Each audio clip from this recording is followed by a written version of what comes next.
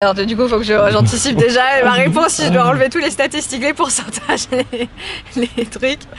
Est-ce qu'on peut réellement changer les choses?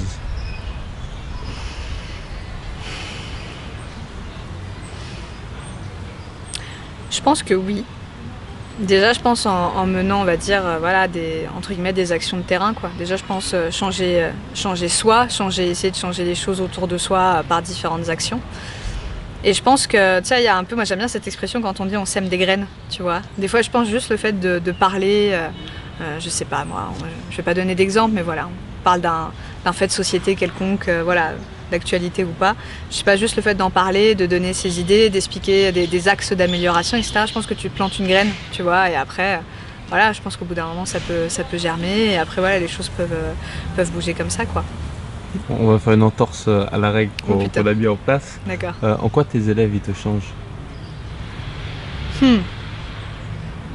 Ah, c'est une vraie question ça. En quoi mes élèves me changent? Je sais pas s'ils me changent, mais je pense qu'ils me nourrissent beaucoup quand même. Tu vois, de par leur réflexion, de par leur engagement aussi. Tu vois, j'ai beaucoup d'élèves qui se sont engagés eux-mêmes, voilà, après avoir bénéficié des sorties et tout. J'ai des élèves qui ont créé des associations, etc. Je pense qu'ils me nourrissent beaucoup. Est-ce qu'ils me changent? Je sais pas. En tout cas, ils me donnent envie de m'améliorer. C'est-à-dire que, tu vois, chaque année, je me dis franchement, tu vois, il y a plein d'avancées, il y a plein de trucs qui fonctionnent et j'ai la chance, pour la plupart quand même, d'avoir développé un tel rapport relationnel, tu vois, de qualité, de confiance, etc., que je pense qu'il me donne vraiment envie de m'améliorer. Et plus les générations passent, plus je me dis, ah, il y a des choses à faire. Et plus ça se passe bien, plus j'ai beaucoup d'élèves et plus je sens que il y a un lien bien particulier, tu vois, qui s'est créé. Et, ouais. Je sais pas s'ils me changent, mais ouais, c'est ça. Je pense qu'ils me donnent envie de m'améliorer en tout cas. Quand tu les regardes aujourd'hui, tu vois quoi en eux? Quoi? Quand tu les regardes aujourd'hui, tu vois quoi en eux?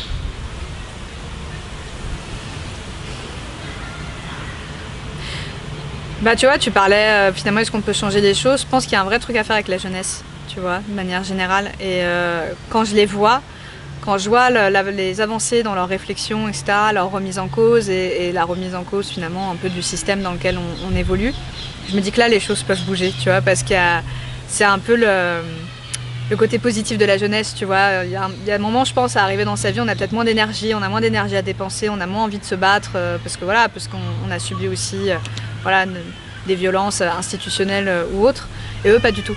Tu vois, je pense qu'ils sont dans une grande forme d'optimisme et du coup, ce que je vois en eux, c'est peut-être justement le changement de demain, un peu qu'on espère tous, tu vois.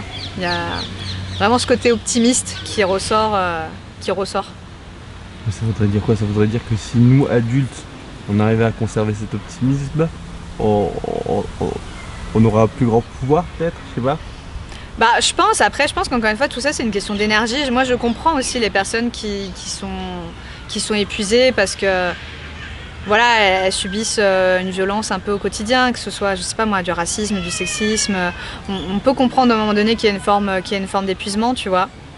Mais j'ai l'impression que ça, c'est l'avantage un peu d'être ensemble. C'est-à-dire que des fois, en tant qu'individu, tu vas subir des choses qui forcément vont t'épuiser parce que peut-être que à l'instant T, tu vas les subir en tant qu'individu seul.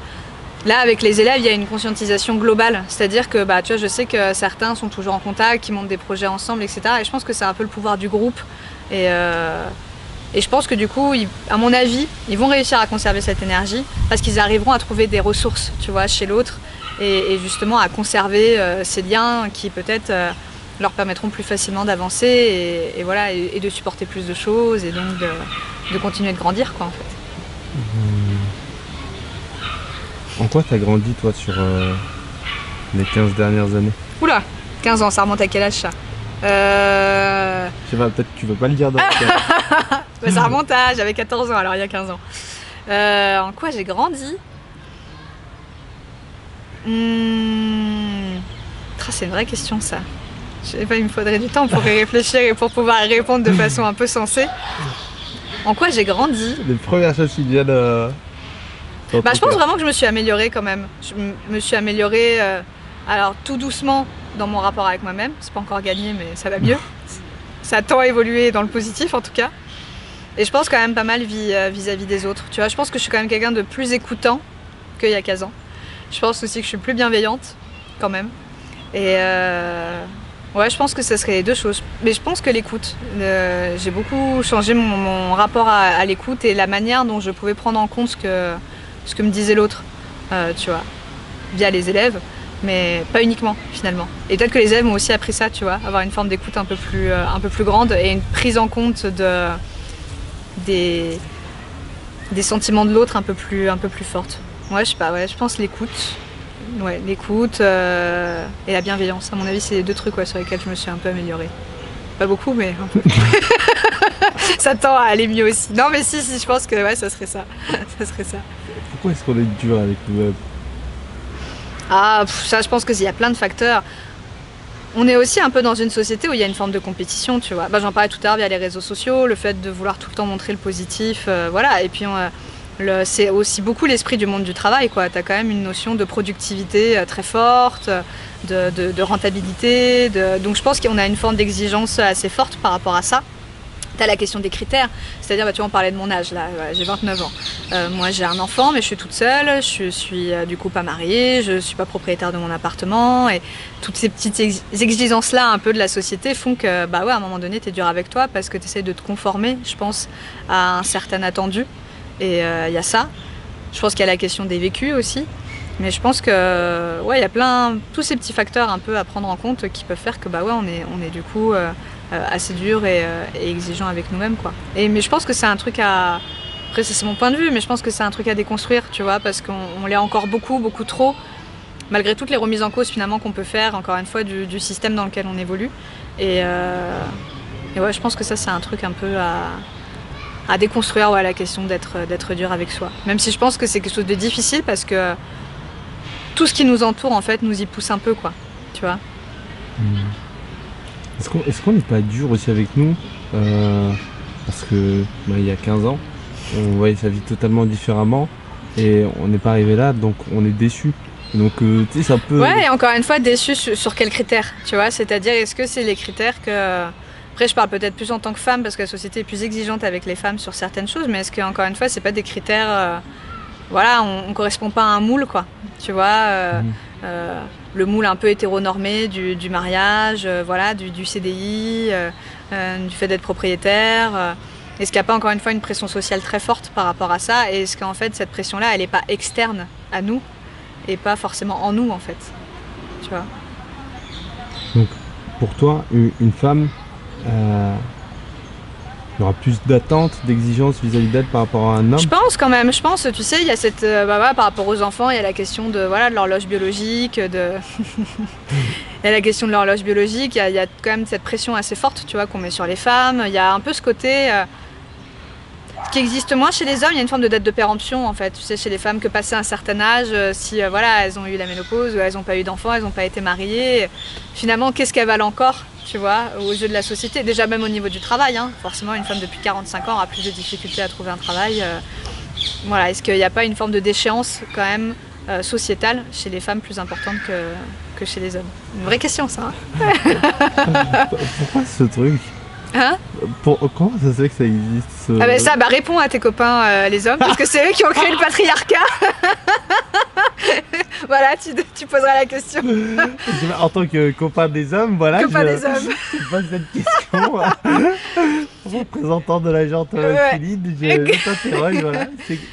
Moi, je pense que c'est un système, encore une fois, il y a tout un système. C'est pour ça que je parlais tout à l'heure de déconstruction. Il faut déconstruire ce système, voilà, qui projette en fait énormément d'attentes sur les uns et sur les autres, mais notamment d'attentes sur les femmes. Mais ça rejoint plein de problématiques. Ça rejoint pas uniquement la problématique de l'âge. Il y a vraiment beaucoup de choses autour de ça. Et pourquoi ça existe? Écoute, je sais pas. Je pense que de tout temps, on a voulu un peu dominer le corps des femmes, au sens où on a toujours voulu attendre d'elles, tu vois, voilà, certaines choses. On a voulu aussi dominer leurs esprits. Les chasses aux sorcières, c'était ça, tu vois, les chasses aux sorcières qui ont tué des milliers de femmes, voilà, pendant près de 3 siècles.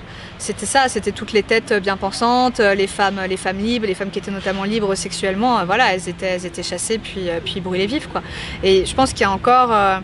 on oublie en fait quelquefois que notre société s'est construite là-dessus, s'est construite sur la domination des femmes, que ce soit via les chasses aux sorcières, que ce soit via aussi la colonisation, faut pas l'oublier. Bon, et je pense que vu que le système s'est construit là-dessus, maintenant voilà, il faut essayer de le changer, mais c'est difficile. Parce qu'on a intégré aussi certaines idées, tu vois, tout à l'heure, cette idée de péremption, je veux dire, c'est universel, entre guillemets, tu vois, c'est inconscient, mais c'est là, ça fait partie, ça fait partie plus ou moins des stéréotypes qu'on a intégrés, voilà, sur les femmes, quoi. Selon toi, alors, la femme, elle fascine, la femme, elle intrigue, donc elle fait peur, on n'a pas envie qu'elle réfléchisse, ou la femme, elle est sous... Je pense qu'il y a vraiment une question de privilège, c'est-à-dire qu'à partir du moment où les femmes, on représente quand même la moitié de la population et on est discriminé de plein de manières, je pense qu'il y a vraiment une question de privilège, c'est-à-dire de se rendre compte que si on met vraiment les femmes et les hommes sur un même statut qui soit déjà en droit et dans les faits, ça veut dire que la moitié de population, l'autre moitié de population perd tous ses privilèges, tu vois.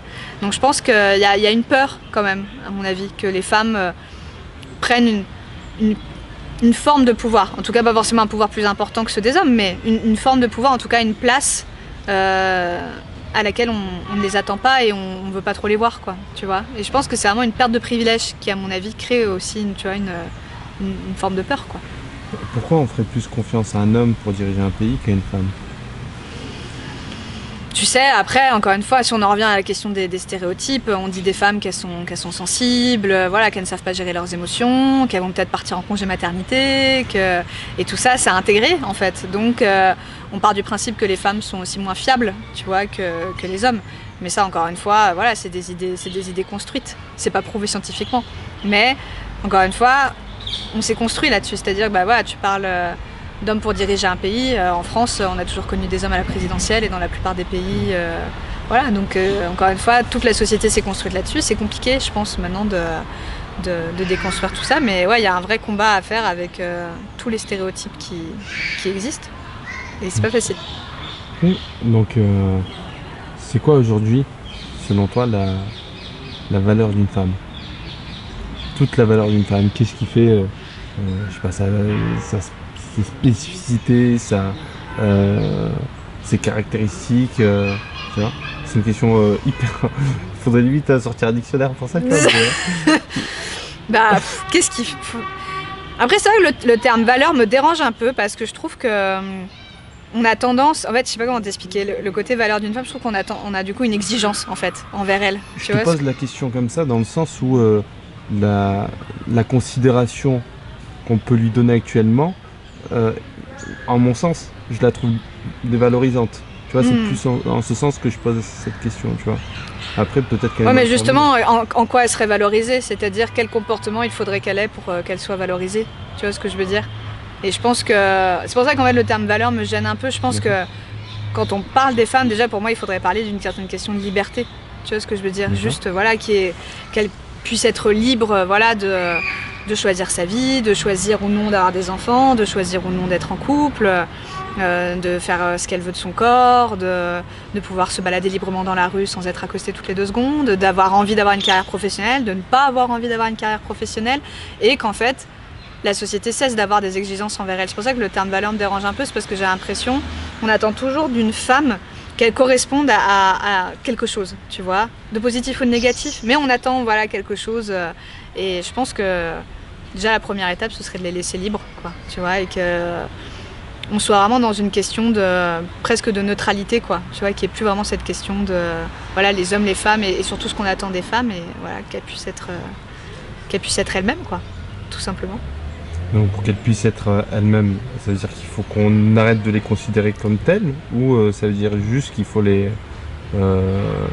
justement, là ça renvoie à la question que je t'ai posée, sur, entre guillemets, les caractéristiques, tu vois, c'est quoi ? C'est en fait, il faut arrêter de la même manière qu'on se pose pas la question, qu'on devrait pas se poser la question sur la couleur de peau, on devrait pas se poser la question sur le sexe, ou au contraire, on devrait, tu vois, Après, avant de se poser la question je pense, après je suis pas experte dans le domaine, mais avant de se poser la question de la manière dont on doit les considérer, je pense qu'il faut aussi considérer les violences qu'elles subissent, tu vois ce que je veux dire, et ce qui fait aussi beaucoup ce que ce que sont les femmes, tu vois. Je pense qu'il y a une vraie remise en question à faire des violences qu'elles subissent et de la manière dont on les traite, tu vois.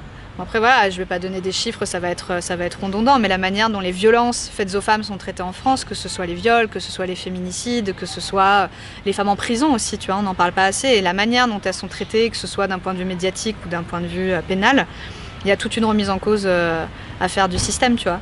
Donc je pense qu'il y a peut-être déjà ça aussi un peu à traiter, tu vois, à vraiment se poser la question des violences qu'elles subissent, tu vois, et qu'est-ce qu'on peut mettre en place, tu vois, pour que déjà voilà, ça n'existe plus et qu'il y ait une vraie réponse, justement pas forcément pénale, mais une vraie réponse